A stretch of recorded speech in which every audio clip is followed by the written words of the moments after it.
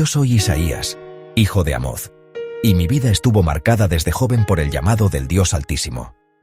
Desde pequeño crecí en Jerusalén, rodeado de la majestuosidad del templo y del bullicio de la ciudad santa.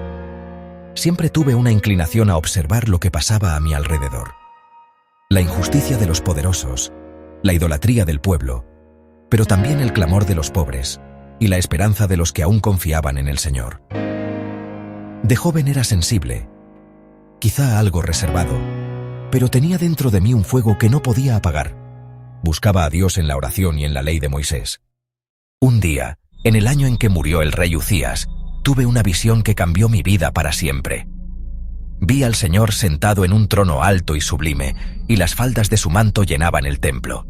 Serafines volaban alrededor proclamando: «Santo, santo, santo es el Señor de los ejércitos.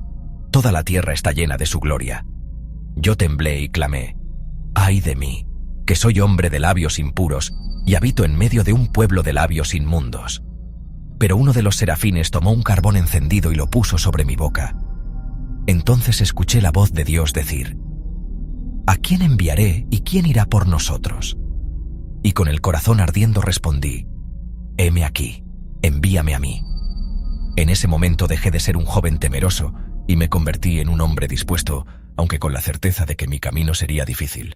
Durante los reinados de Uzías, Jotam, Acaz y Ezequías, hablé sin descanso. Mi voz se volvió fuerte, mi carácter firme, aunque siempre con la compasión de un padre que quiere ver a sus hijos rectos. Prediqué en las calles, en las plazas, ante los reyes y ante los pobres. Denuncié la idolatría, la corrupción, la avaricia y la injusticia. Muchos me escuchaban, pero pocos se arrepentían. Dios me dio palabras duras. Anunciar que el pueblo escucharía pero no entendería, vería pero no percibiría. En esos momentos me sentía como un hombre solo contra una multitud. Pero al mismo tiempo, Dios me llenaba de visiones de esperanza, y eso me sostenía. Recuerdo bien cuando el rey Acaz temía a Siria y a Israel. El Señor me envió a decirle que no tuviera miedo, que confiara en él. Pero Acaz no quiso escuchar. Entonces hablé aquella profecía que muchos no entendieron en su tiempo. He aquí que la Virgen concebirá y dará a luz un hijo, y llamará su nombre Emanuel. Mientras decía esas palabras, yo mismo me estremecía. Sabía que hablaba de algo mucho más grande que mi época, de una esperanza que vendría en siglos por delante. Dios me dio por esposa a una profetisa, y juntos tuvimos hijos que también fueron señales para Israel. Sus nombres eran mensajes vivos: Sear Jasub, un remanente volverá, y Maher Salal Hasbaz, pronto al saqueo, rápida a la presa.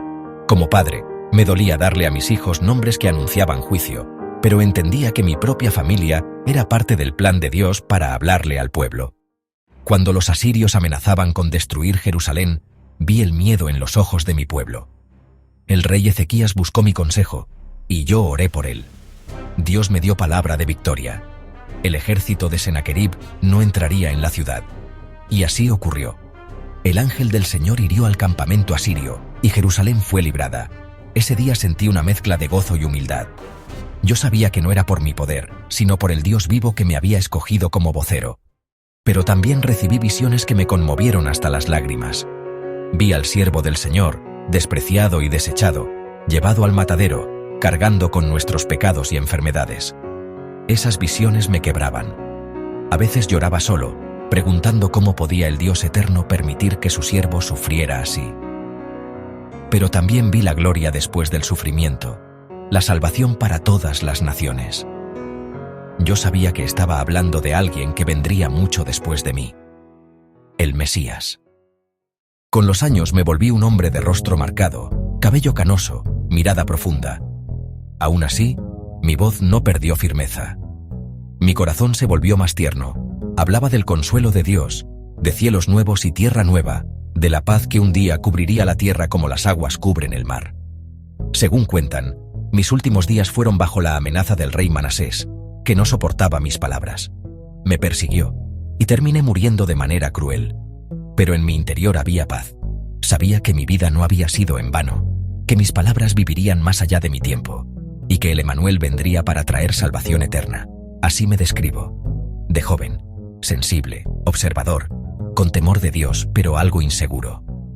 En mi llamado, tembloroso al principio, luego apasionado, con una voz fuerte y clara, como padre y esposo, tierno pero consciente de que mi familia era parte del mensaje profético, como profeta maduro, firme, valiente ante los reyes, pero también compasivo con el pueblo. En la vejez, un anciano de mirada profunda, lleno de esperanza, viendo más allá de su tiempo.